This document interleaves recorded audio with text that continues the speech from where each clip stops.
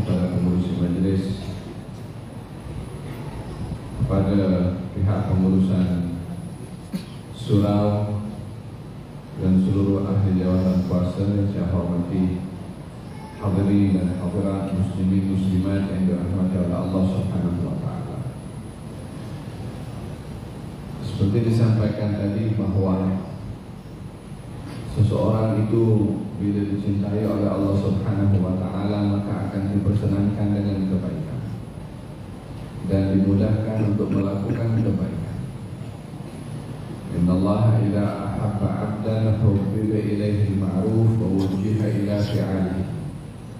Sesungguhnya Allah bila suka kepada seorang hamba maka ia akan dipersenangkan kepada kebaikan dan dipermudah untuk melakukannya. Di dalam kita melakukan kebaikan dan ketaatan serta ibadah kepada Allah, perlu menjadi fokus kepada kita dalam kita beribadah adalah menjadi kesan ibadah di dunia dan mengharapkan balasan dari Allah nanti di akhirat. Dua perkara itu menjadi objektif pada setiap mukallaf yang diperintahkan untuk beribadah, mencari dua perkara. Yang pertama kesan ibadah, yang kedua pahala ibadah di akhirat. Di dalam Al-Quranul Karim Allah Subhanahu wa ta'ala memerintahkan kepada hamba-hambanya untuk beribadah, lalu menjelaskan dan menerangkan kenapa ia diperintahkan beribadah. Dalam salat Allah Subhanahu wa ta'ala tidak hanya menyuruh hambanya untuk salat, tetapi mencari kesan, faedah, hikmah pada salat terhadap perilaku. Allah berfirman dalam Al-Quranul Karim,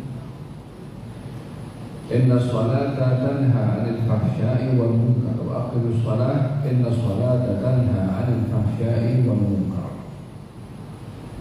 Dirikan salat, karena sesungguhnya salat itu dapat mencegah seseorang daripada perbuatan keji dan munkar. Allah tidak menyatakan pada ayat ini hanya perintah mendirikan salat, tapi juga memberikan implikasi, kesan, hikmah. Dalam ilmu usul fiqh dinamakan ini namanya hikmatut tasyri'iyah, hikmah pada syariat. Allah Subhanahu wa ta'ala tidak meletakkan hukum di dalam syariat ini, melainkan ada hikmah di sebalik setiap hukum. Sehingga bila hikmah itu tiada, maka tidak ada hukum. Kerana hukum akan bergilir bersama dengan hikmah dan ilahnya. Dengan demikian di dalam Al-Quranul Karim juga Allah Subhanahu wa ta'ala ketika memerintahkan untuk mengeluarkan zakat sebagai rukun Islam juga selain daripada salat, katanya khudh min amwalihim shadaqatan tutahhiruhum wa tuzakkihim biha wa shalli 'alaihim. Wahai Rasulullah Muhammad, ambillah harta zakat, yakni daripada orang-orang yang wajib mengeluarkan zakat sebagai waliul amri, sebagai seorang yang memiliki tugas dan amanah dalam memerintah, mesti mengawal antara orang kaya dengan orang miskin supaya tidak menjadi kepincangan, yang kaya makin kaya, yang miskin makin miskin. Maka tidaklah orang kaya boleh berbuat sesuka apa sahaja pada hartanya untuk disimpan ataupun menggunakan money laundering, duit mencuci, pakai sabun apa tak tahu apa. Jadi untuk menjaga keseimbangan antara orang kaya dengan orang miskin, ada pihak berkuasa yang mengawal. Orang kaya silakan kaya dengan cara yang halal, zakat jangan tinggalkan, supaya orang miskin di sekeliling orang-orang kaya itu dapat bahagian daripada kekayaan orang kaya dan tidak berlaku kecemburuan antara orang yang miskin terhadap orang yang kaya. memurangkan jenayah bila orang-orang miskin juga mendapat keperluan mereka dalam hidup seperti mana orang kaya juga memerlukan.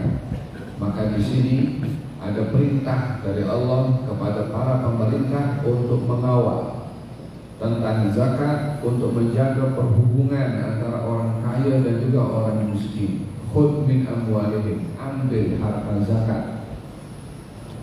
Perintah ini baik orang kaya itu rela diambil hartanya untuk dikeluarkan zakat atau tidak, kena paksa dia kena keluarkan disebabkan oleh kerana harta zakat bukan milik orang yang mengeluarkan zakat, itu milik orang lain yang ditentukan oleh Allah di dalam Al-Quranul Karim. 8 asnaf yang berhak untuk menerima zakat daripada orang kaya. Dengan demikian ada undang-undang yang diatur oleh Allah Subhanahu wa taala dalam menguruskan zakat. Namun hikmah yang Allah sebutkan pada ayat ini, tutahhiruhum wa tuzakkihim biha. Harta zakat yang dikeluarkan itu dapat mensucikan kamu, wahai orang yang mengeluarkan zakat, dan membersihkan kamu, wahai orang yang mengeluarkan zakat.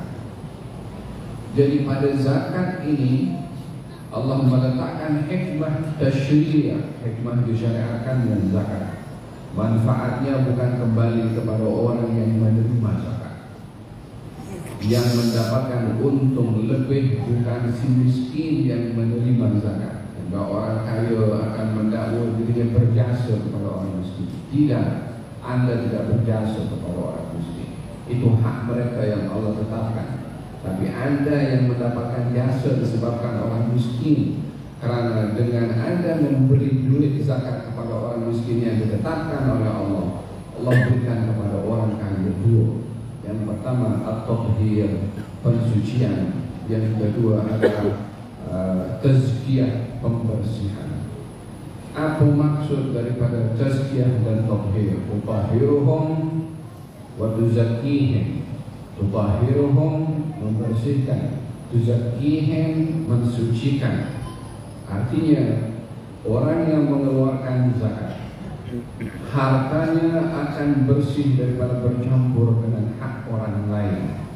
Yang kalau tidak dikeluarkan zakatnya, hartanya kotor, hartanya dimakan yang ada hak orang lain, zalim, dosa.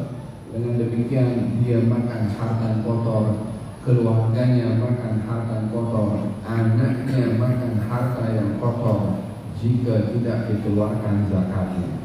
Sehingga dengan kotornya harta, beli rumah tak ada barakah, beli kereta banyak masalah, anak belajar tak menjadi sebagai apa diharapkan, makanan justru membawa penyakit disebabkan oleh kerana hartanya kotor karena memakan hak orang lain.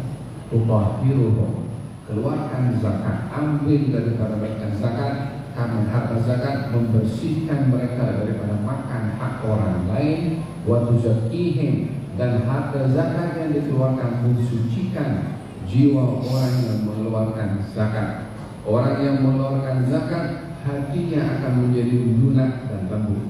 Orang yang mengeluarkan zakat hatinya dibersihkan daripada sifat bakhil. Orang yang mengeluarkan zakat akan diberikan belas kasihan, karena dia dengan mengeluarkan zakat membantu orang yang susah, mungkin ada penyakit, yang mungkin perlu makan, yang mungkin perlu belajar, sehingga harta zakatnya bermanfaat bagi orang lain.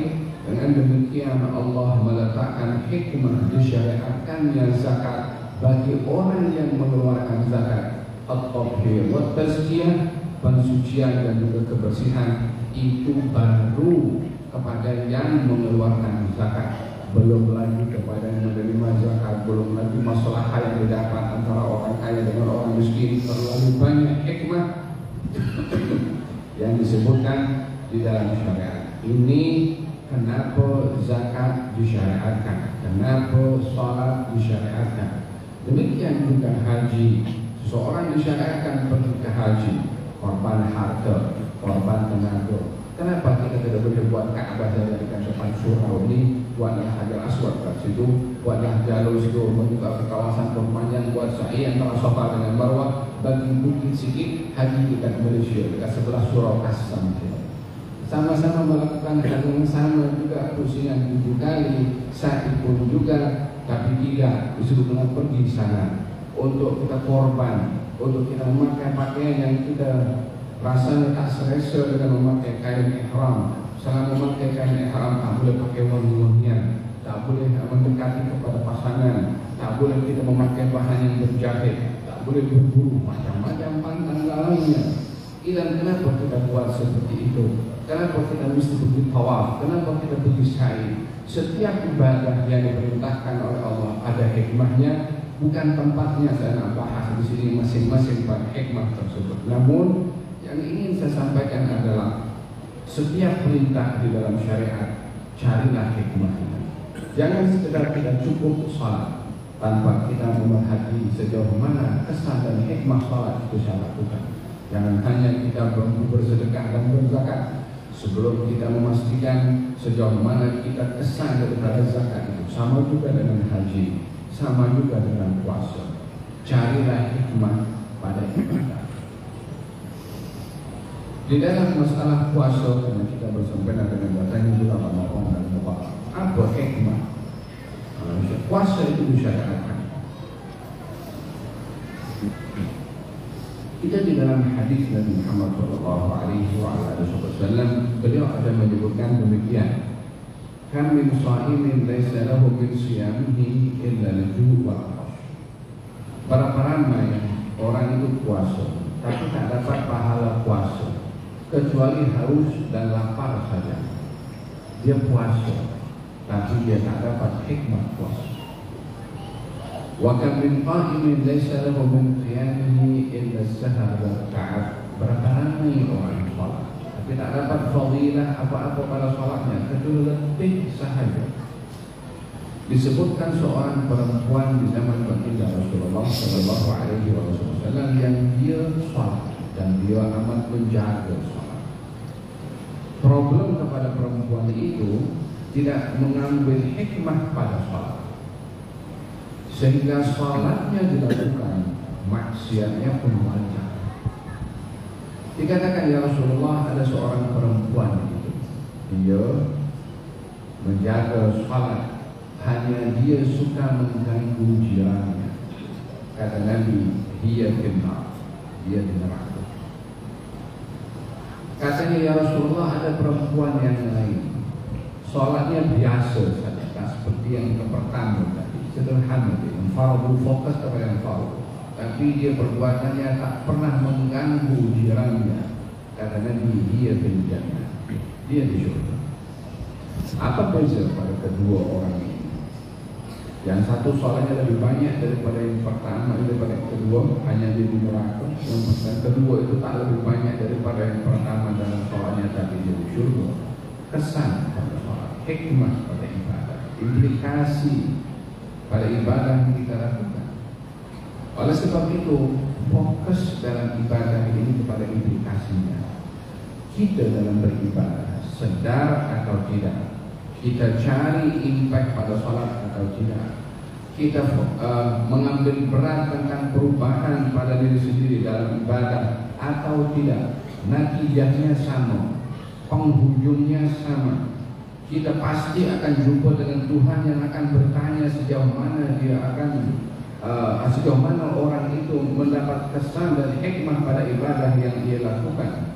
Bukankah di dalam hadis juga dinyatakan tentang orang yang sembahyang juga atau baca Quran, tetapi tidak melepasi tenggorokannya? Kata baginda Rasulullah SAW, akan datang satu zaman golongan orang baca Quran tak melepasi tenggorokannya, yang tak masuk dalam hati, tak merubah sikapnya.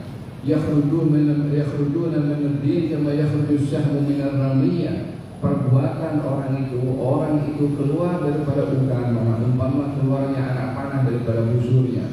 Kita kalau meneruskan anak panah itu jauh itu anak panah akan menuju. Macam itu juga orang yang salat atau orang yang dia membaca Quran, jika tidak menghayati, jika perbuatannya berbeza dengan ibadah yang dia lakukan, maka ia akan jauh daripada agama dan mudah keluar daripada ulama, seperti mana mudahnya anak panah itu bila keluar daripada busurnya.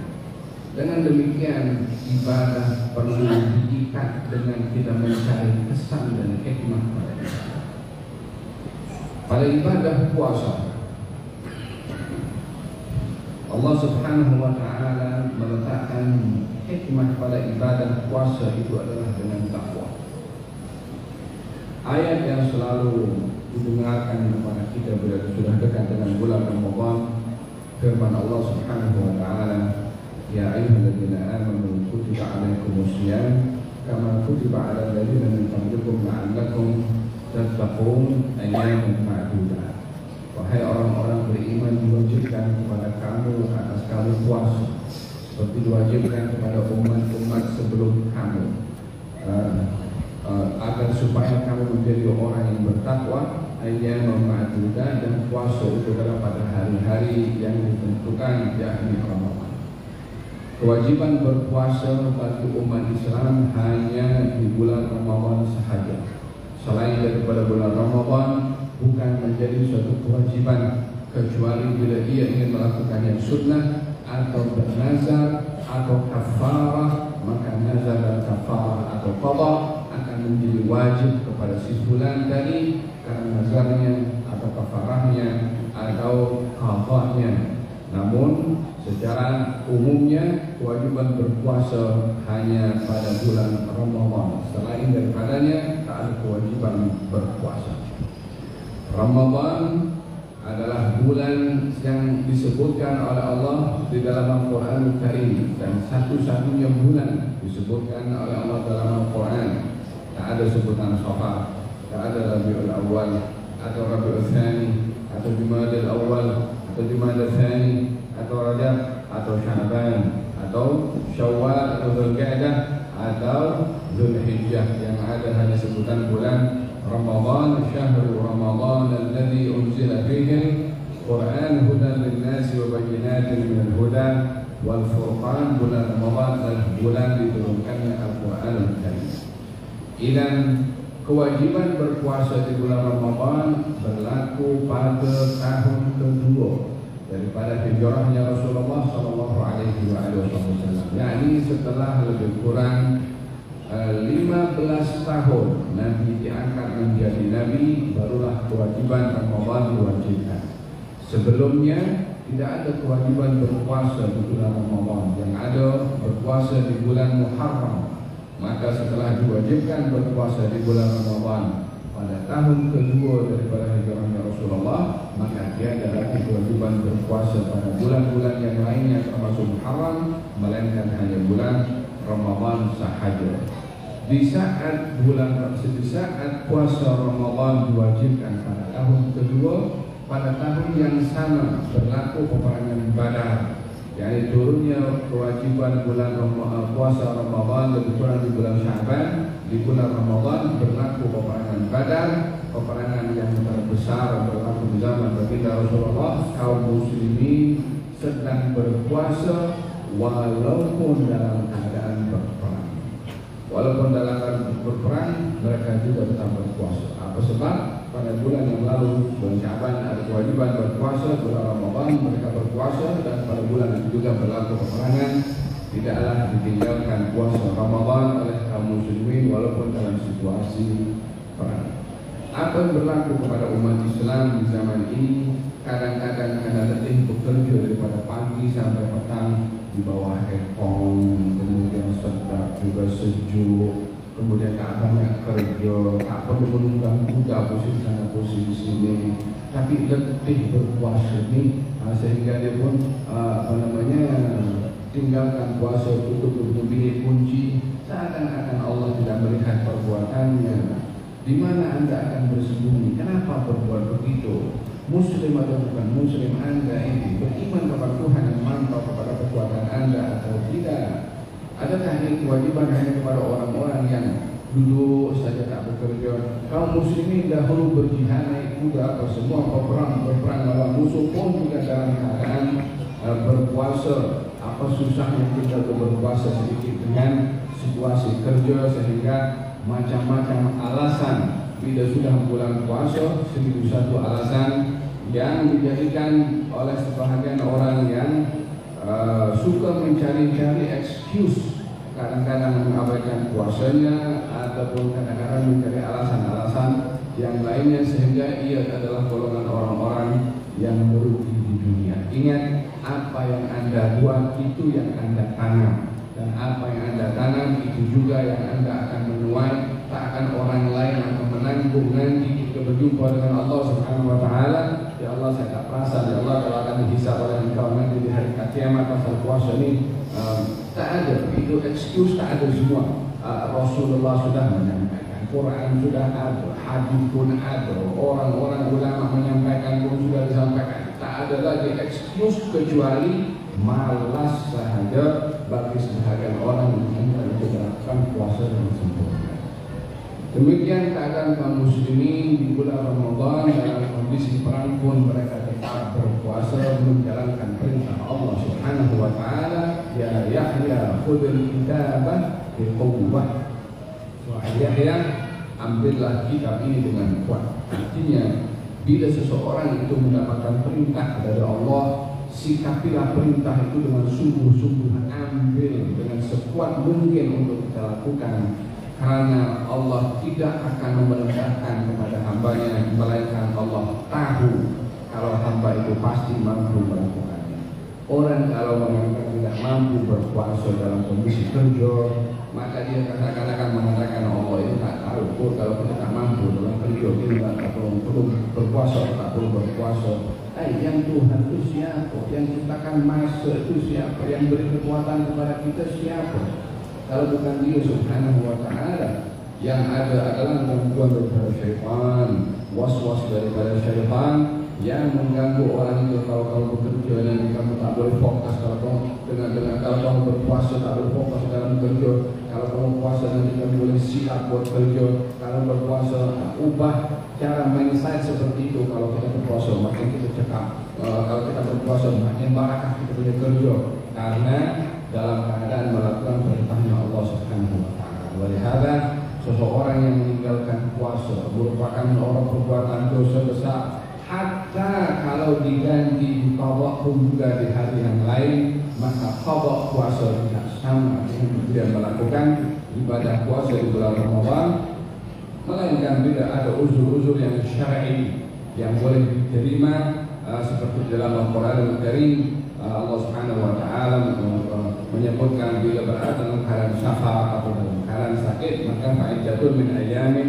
ukhar, maka bolehlah mengganti qada dengan hari yang lainnya. Itu pun juga kita kena memastikan safar kita itu bila yang boleh kita membatalkan puasa atau tidak berpuasa. Bila kita ingin bermusafir setelah kita berpuasa, setelah kita mula berpuasa, kita nak pergi Johor selepas subuh, maka kita berpuasa masa itu juga kita akan sempurnakan berpuasa. Nanti begitu Johor bukan ada sikap, kita naik bas, kalau naik train, kalau naik kereta, naik konvoi juga, hanya akan menjaga, bukan naik kuda. Itu pun perjalanan pun tidak memisahkan. Dalam syariat, orang yang boleh berbuka puasa ketika bermusafir jika safarnya sebelum subuh, yakni sebelum kita memulai dalam beribadah puasa. Sama juga dengan sholat Jumat, kita boleh untuk meninggalkan sholat Jumat bila berada dalam musafir bila safarnya sebelum masuk waktu subuh di hari Jumat untuk mengambil keuzuran meninggalkan sholat Jumat atau tidak berpuasa. Walau bagaimanapun juga, jika ia mampu untuk berpuasa, sempurnakanlah puasa walaupun dalam keadaan safar, disebabkan oleh karena berpuasa di bulan Ramadan berbeza dengan orang yang berpuasa di luar bulan Ramadan untuk menggantikan ataupun qada selagi ia mampu untuk melakukannya di bulan Ramadan. Di dalam Al-Quran, di dalam hadis Nabi Muhammad SAW meneruskan perbincangan tentang hikmatut tasyri', disyariatkannya puasa itu. Kenapa syariat puasa itu disyariatkan? Apa hikmah sebagai seorang itu berpuasa? Di dalam hadis Nabi Muhammad SAW, man lam yada' qawl az-zur wal 'amal bihi falaysa lillahi hajah fi an yada'a ta'amahu wa syarabah. Barang siapa orang yang tidak mampu mengawal dirinya daripada berkata yang tidak baik atau berbuat yang tidak baik saat ia berpuasa, Allah tak perlu kepadanya walaupun ia meninggalkan makan dan minum. Allah tak perlu pada puasanya jika orang yang berpuasa tak jaga mulutnya. Allah tak perlu pada puasanya walaupun ia berpuasa jika ia tidak dapat mencegah perbuatan tubuh badannya daripada hal yang dibenci oleh Allah Subhanahu wa taala, daripada hal yang dilarang oleh Allah Subhanahu wa taala. Sehingga dengan demikian maksud Allah tak perlu pada puasanya, Allah tak terima itu puasa. Allah tak beri pahala pada puasa. Jadi saya katakan di awal, orang beribadah ini tujuannya dua, perubahan atau impact pada ibadah itu di dunia dan ganjaran di akhirat. Ada orang yang dia beribadah di dunia tapi tidak dapat pahala di akhirat. Seperti apa? Ya seperti tadi ada orang berpuasa tapi mulutnya tidak dijaga. Orang berpuasa tubuh badannya tidak dijaga.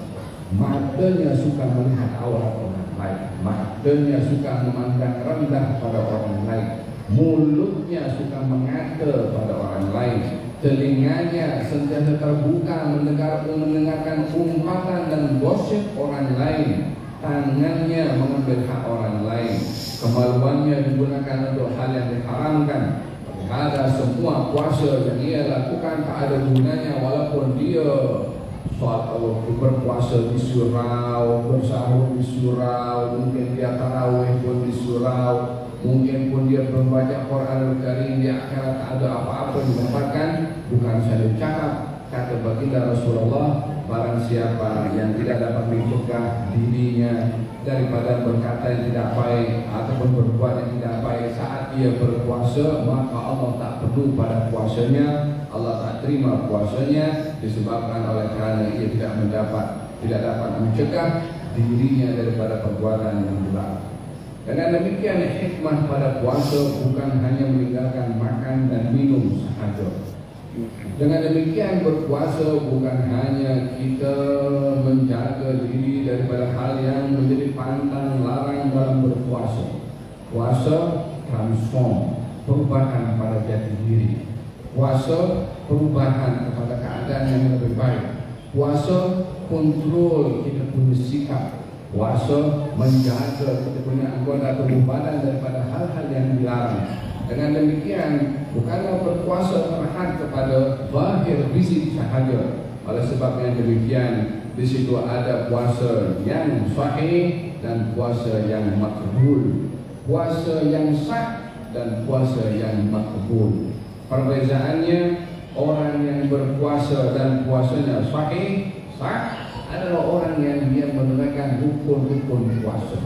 Dia mula niat, dia cegah diri daripada makan dan minum dan pantang larang puasa daripada terbit fajar sampai terbenam matahari dan dia buka. Ini puasanya sah. Tapi puasa yang makbul, selepas puasa yang sah tadi, dia jaga matanya, dia jaga mulutnya, dia jaga telinganya, dia jaga anggota tubuh badannya. Maka ini adalah puasa orang yang makbul. Orang yang makbul puasanya pasti sah. Orang yang sah puasanya belum tentu makbul. Kita cari kualiti pada ibadah, bukan kuantiti pada ibadah. Kualiti pada ibadah yang melahirkan perubahan sikap dan juga akhlak seseorang. Kenapa dalam hadis ini Nabi SAW mengatakan orang yang tak dapat menjaga lidahnya, mulutnya dan perbuatannya daripada hal yang dilarang oleh Allah, Allah tak perlu kepada puasanya. Kalau bukan memasukkan pada puasa perubahan kepada jati diri dan sikap seseorang. Baginda Rasulullah SAW bersabda, as-shawmu junnah, puasa itu perisai, benteng. Ulama memberikan penjelasan apa maksud perisai dan benteng pada puasa.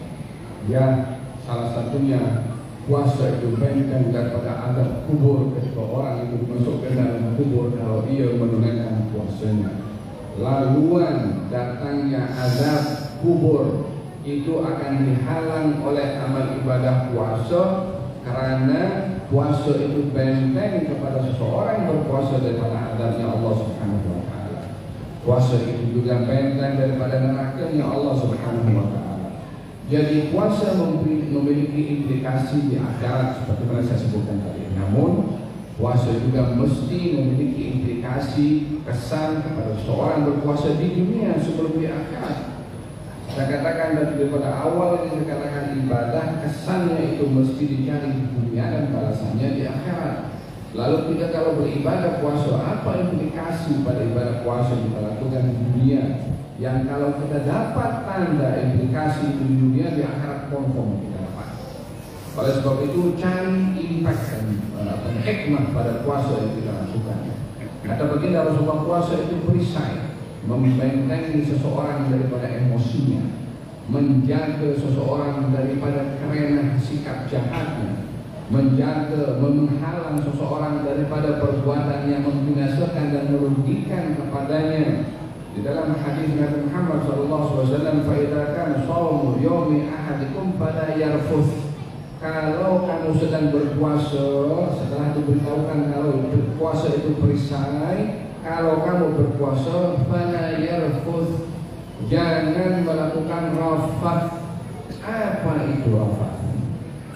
Rafath, kata-kata romantik yang boleh membawa seseorang kepada hubungan suami istri, itu dilarang ketika seseorang berada dalam keadaan puasa, yang ianya halal pada suami istri ketika tidak dalam keadaan berpuasa. Jadi rasa keinginan untuk bersama saat ia berpuasa dengan kata-kata ataupun dengan isyarat perlu dielakkan saat berpuasa, disebabkan oleh karena ia sedang berada dalam keadaan yang diperintahkan mengawal syahwatnya, mengawal emosinya, mengawal keinginannya. Itu kalau tidak berpuasa kan boleh saja, boleh. Tapi karena kita berpuasa, salah satu adab untuk menjaga kesucian dan kemurnian puasa, mengawal hawa nafsu, hatta pada kata-kata pun juga dikawal. Kalau kata-kata seperti itu yang tidak dalam keadaan berpuasa boleh. Kalau kata-kata seperti itu tidak dalam keadaan berpuasa harus pada pasangannya. Namun dalam keadaan berpuasa tidak boleh. Makanya kalau yang lebih daripada itu kata-katanya boleh ada juga. Memaki orang itu, hatta orang tidak puasa tidak boleh. Oh, kalau orang puasa tak boleh maki ya. Kalau tak puasa boleh maki orang kan? Tetap tidak boleh. Bukan dalam hal ini orang berpuasa menjaga mulut. Kalau seorang berpuasa boleh hentam maki orang gadis, tidak, bukan begitu. Tapi yang ingin ditekankan, puasa Anda itu kena mesti memberi kesan kepada mulut Anda, kepada mata Anda, kepada telinga Anda, karena itu hikmah puasa. Sehingga kalau orang berpuasa tidak mencari kesan dan hikmah pada puasa, umpama orang yang menanam yang tak peduli itu buah apa tanaman. Manzara'a hasadan, yang menanam pasti akan menuai. Wahai kata-kata baginda Rasulullah, kalau kamu sedang berpuasa, fala yarfuth, jaga mulut hatta kepada istri kamu, hatta kepada suami kamu. Kamu sedang berpuasa, hikmah puasa kawal syahwat, hatta kata-kata pun kamu kena mesti jaga. Apatah lagi kepada lebih teruk daripada itu. Wala yashab, jangan kamu tengking, jangan kamu teriak, ungkapan saja. Teriakan itu kan terjemahan daripada emosi. Teriakan itu kan dalam keadaan marah. Apa saja yang menjadi tanda kepada marah perlu dikawal saat dia berada dalam keadaan berpuasa, karena puasa itu hikmahnya menjaga emosi. Oh, kalau orang berpuasa marah, banting pinggang, bolehlah, kan bukan teriak. Atau banting pintu, contohnya dengan kuat-kuat sampai pecah pintu itu, bukan teriak. Sama bro, itu tandanya Anda sedang marah, mau banting pinggang, mau teriak, mau banting pintu. Yang dilarang itu adalah implikasi daripada emosi yang kadang-kadang terjemahannya dengan teriakan atau mungkin orang ataupun memaki orang atau seumpamanya. Hikmah puasa menjaga emosi. Wala yarfuth wala yashab, jangan kamu mengatakan dengan kata-kata yang mengundang keinginan antara suami dengan istri. Wala yas'ab, jangan kamu berteriak, menangking atau mengungkapkan emosi. Bukan bermakna orang berpuasa itu tak boleh emosi. Nah, kita manusia tak boleh lepas daripada emosi. Yang diperintahkan, jadikan puasa Anda itu adalah berkesan dan menjaga emosi Anda. Katanya, fa in syatamahu ahadun aw qatalahu. Kalau kamu sedang berpuasa, syatamahu, kalau seorang memaki Anda, syatama memaki, syatama makian yang mengundang kita membalas, syatama yang mengusik emosi kita untuk mengambil tindakan sama dengan orang yang melakukan perbuatan itu kepada kita. Au qatalahu, atau seseorang itu qatalahu. Qatalahu daripada qatala itu secara bahasanya membunuh, tapi maksudnya bukan membunuh apa saja yang boleh membawa kepada pembunuhan, yaitu pergaduhan, perselisihan, ingin menumpuk. Fa in qatalahu ahadun au qatalahu, kalau seseorang mengundang emosi Anda dengan memaki, kalau seorang yang mengundang emosi Anda dengan mengajak bergaduh, baik bergaduh di Facebook, sekarang bergaduh online, bukan bergaduh secara live untuk menunduk, bergaduh sekarang online for expert, sekarang dengan menggunakan AI pun boleh bergaduh juga.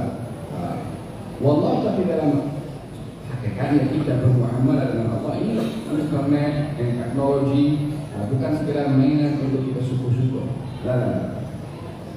Kita ada malaikat yang catat kita punya buat. Kita nak gurau, janganlah gurau melanggar syariat. Kita nak buat joke yang jangan mengundang fitnah kepada orang. Nak buat suka-suka untuk orang happy bersemua, jangan merendahkan orang lain.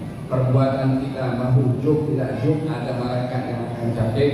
Ma yalfidu min qawlin illa ladaihi raqibun atid, tidaklah melapas satu lapas kecuali malaikat akan catat setiap lapas, hatta juknya pun juga bila ia merugikan dan juga merendahkan atau menodai kehormatan orang lain.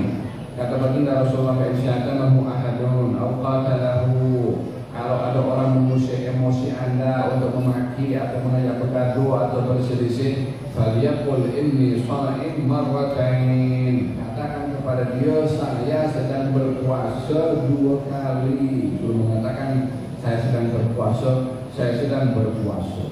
Dikatakan kepada siapa? Kepada orang yang mengajak kita bergaduh, kepada orang yang mengajak kita memaki. Orang ajak kita bergaduh, kita jawab saya berpuasa, saya berpuasa. Apa maknanya? Bukan untuk menghalang dia untuk memaki, bukan untuk untuk dia berhenti daripada perbuatannya. Anda dulu kena kuat sebelum Anda menginginkan orang itu berhenti daripada perbuatannya, memaki Anda atau mengusik emosi Anda. Falyaqul inni sha'im, saya sedang berpuasa. Orang itu, apa pula hal aku dengan kau berpuasa? Dia akan jawab macam itu, apa kena mengenal. Tujuannya ingatkan diri sendiri, jangan maki seperti dia, jangan balas seperti dia, jangan bergaduh seperti dia.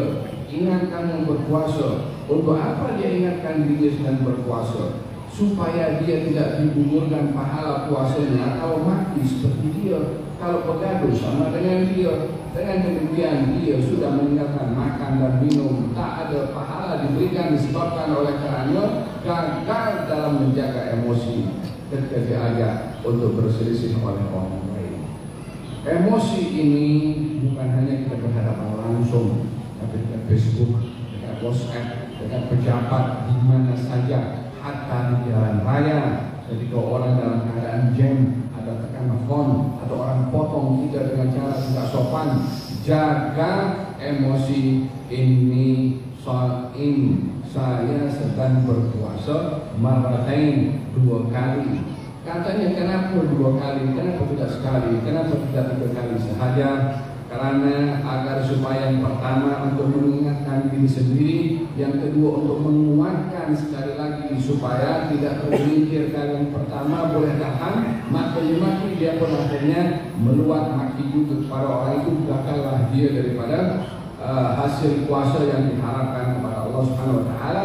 Makna yang kedua adalah ingatkan kepada diri sendiri untuk dia bersabar dan tahan emosi, dan ingatkan kepada orang yang mengajak kita bergaduh untuk tidak menjadi sebab gagalnya orang itu daripada mendapatkan pahala puasa, dan perbuatan orang itu agar supaya berhenti daripada menjadi penyebab gagalnya seseorang itu daripada mendapatkan pahala puasa juga ia berada dalam keadaan beremosi. Hadirin dan hadirat yang dirahmati Allah, kesimpulan yang ingin saya sampaikan di sini adalah carilah puasa atau ibadah secara umumnya dan puasa secara khususnya implikasinya, hikmahnya, kesannya pada diri kita sendiri.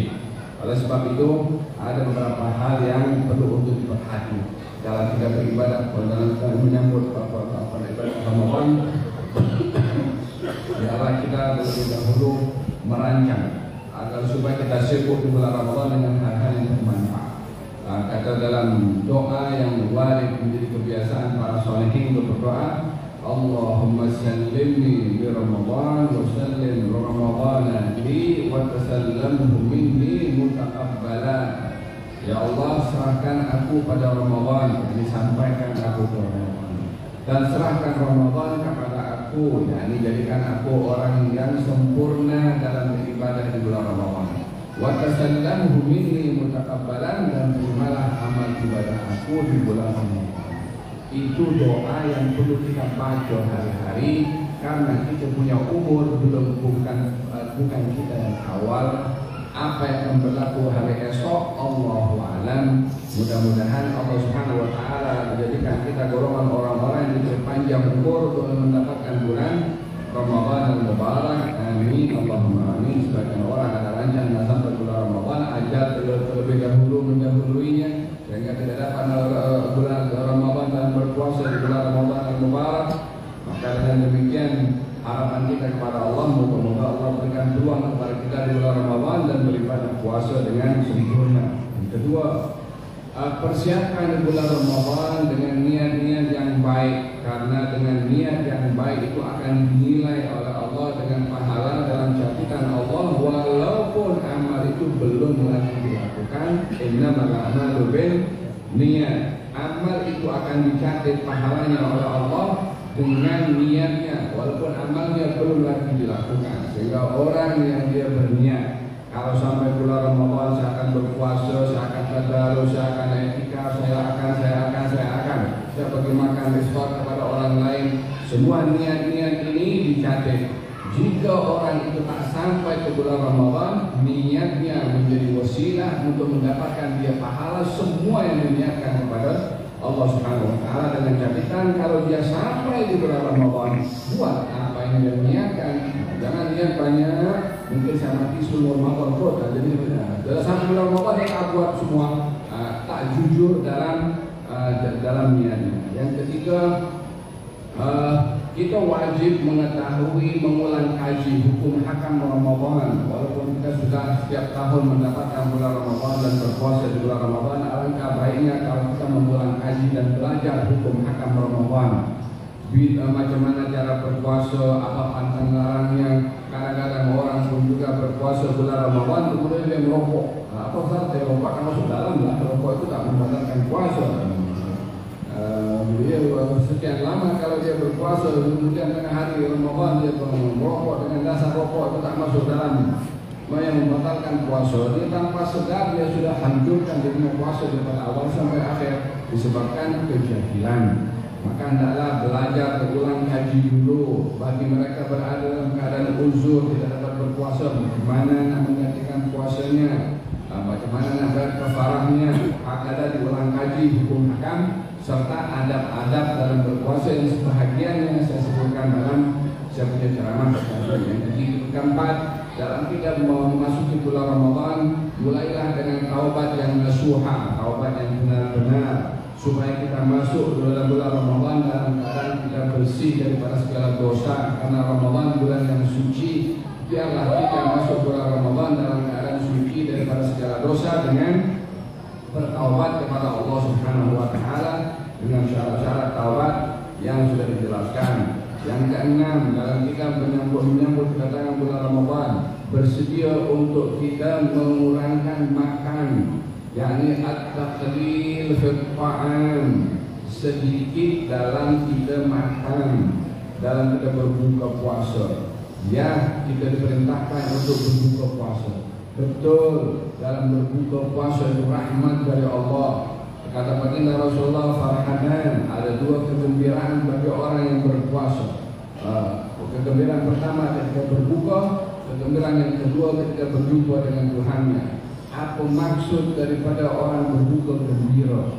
Maksudnya adalah bukan karena makan, tetapi maksudnya adalah karena dia sempurna beribadah puasa dengan dia makan sebagai membatalkan puasa dengan iftar. Itu sebab dia gembira, bukan karena di situ ada rendang, ada di situ bubur lampu, ada sambosa, ada macam-macam yang masing-masing. Kalau tak perayaan itu tak sah, apalagi kan dihidangkan mesti kan macam-macam makanan, sehingga tanpa disedari semakin banyak makanan yang dimakan, perut makin berat. Kalau sudah berat maka malas beribadah. Ayat 11 adalah 20 menit. Allah akan memberikan musik dan beristiqamah. Ada pandailah itu dari untuk goreng, dia punya alasan kan untuk menjadi pada 20 menjadi 11. Anda yang buat 11, Anda akan mendapatkan 11. Yang buat 20 akan mendapatkan 20 atau 23. Janganlah pengaruhi yang 20 dengan tak betul lah itu bin ahli itu. Nanti kalau anak buat 11 Anda akan tanya apa kacau yang buat lebih daripada itu, masing-masing akan mendapatkan pahala sesuai dengan amal yang dia lakukan. Ada berkenaan dengan adab yang perlu diperhati seorang menghadapi bulan Ramadan. At-taqlil fi ta'am, sedikit dalam kita makan, jangan terlalu dendam kita berbuka puasa.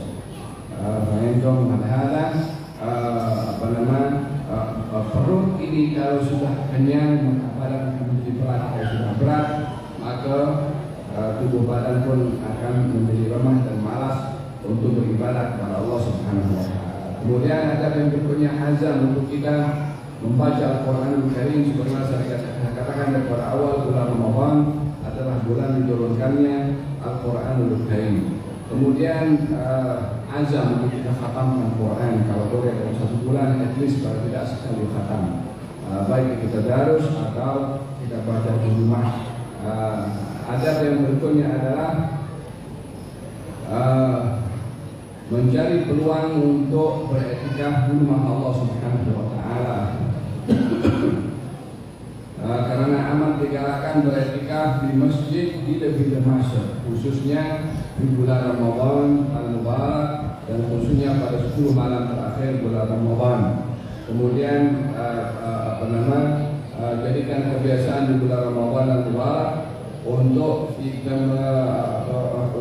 memberikan iftar kepada orang lain, walaupun dengan sedikit harta yang kita boleh menumpang kepada orang lain agar semua mendapatkan pahala iftar.